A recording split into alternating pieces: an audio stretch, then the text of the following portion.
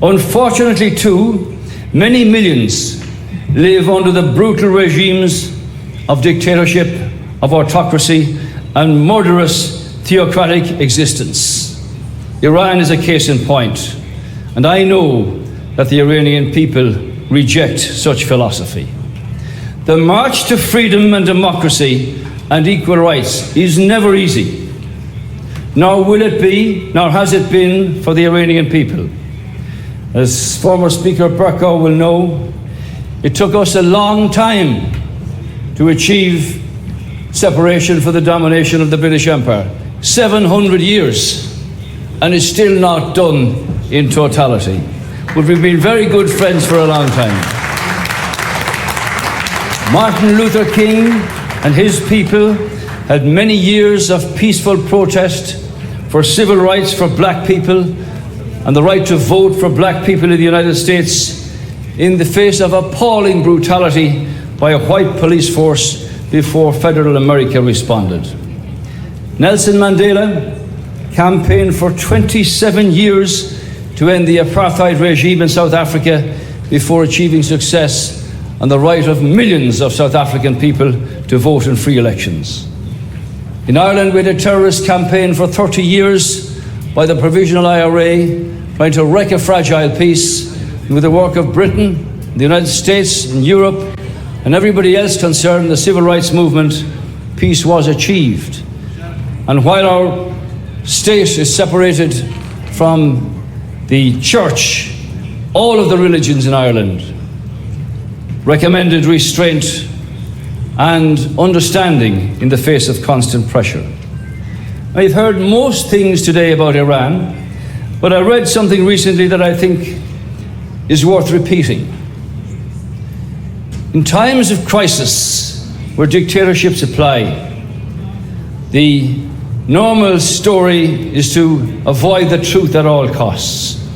But one report that does not avoid the truth is the report by the United Nations on rights in Iran, published this March, because it's stark and riveting in its findings. Its author does not lie or ignore the truth of what is happening in Iran under this regime. Javid Rehman deplored the brutal response of the government to nationwide protests that erupted last September after the arrest of Masha Amini and her violent beating while being transferred to the Vazara detention center in Tehran and her death subsequently in Khazra hospital. I salute that young woman's courage and bravery and resilience, and I hope that her spirit will stand to the Iranian people in the future.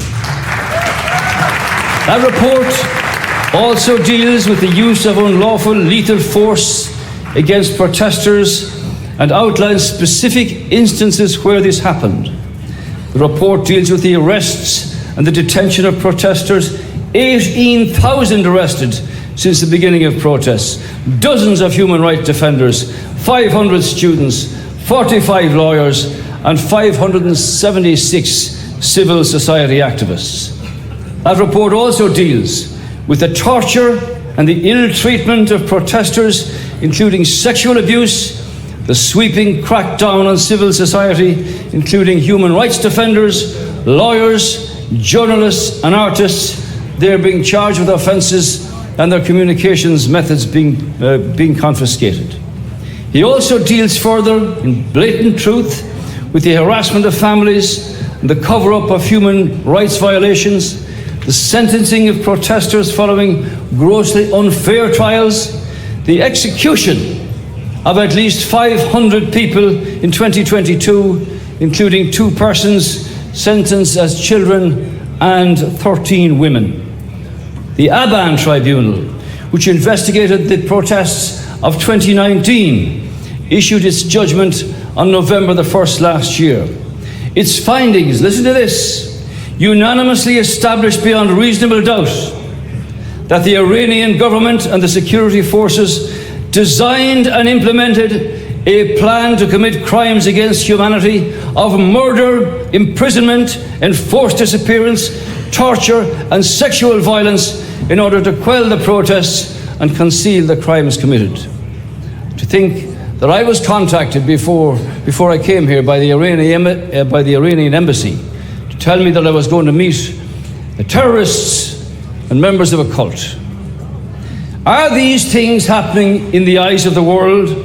Why is Iran not fulfilling its international obligations under the Conventions of the Right for the Child and the International Covenant on Civil and Political Rights? These findings do not make for an Iran that you can be proud of, nor does the funding of terrorists in the greater region to exercise destabilization. That does not make an Iran to be proud of. And most definitely, the supplying of Russia of missiles and drones for the purpose of destroying Ukraine and the killing of thousands of innocent people in a totally illegal and appalling invasion do not make for a proud Iran.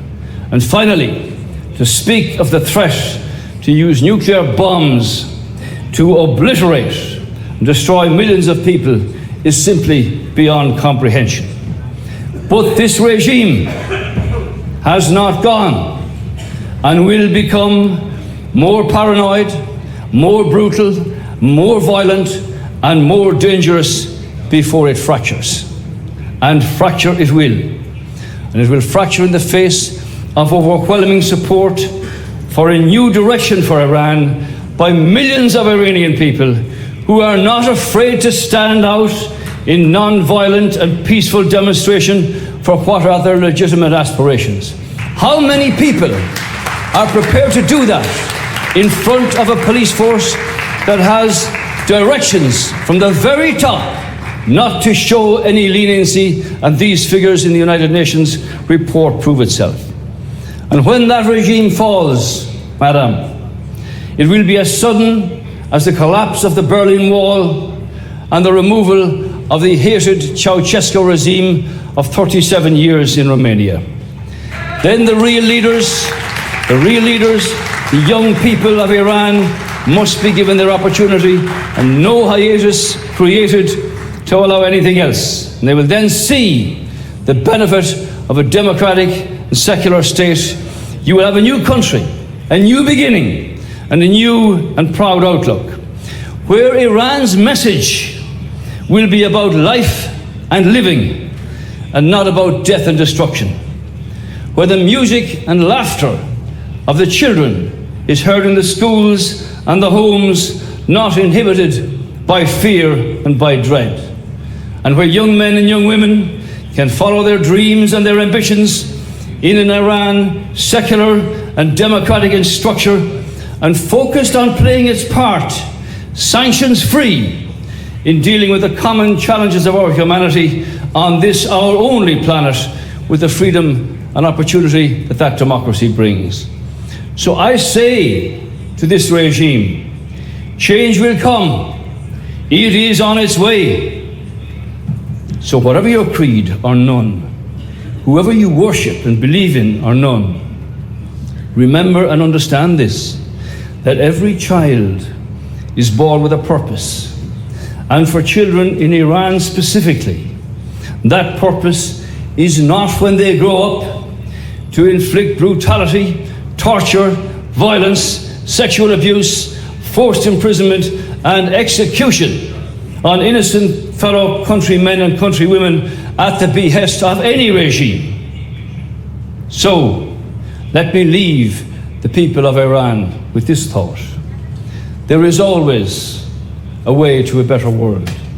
There is always hope for a better alternative. And your 10-point plan is the basis for that new Iran.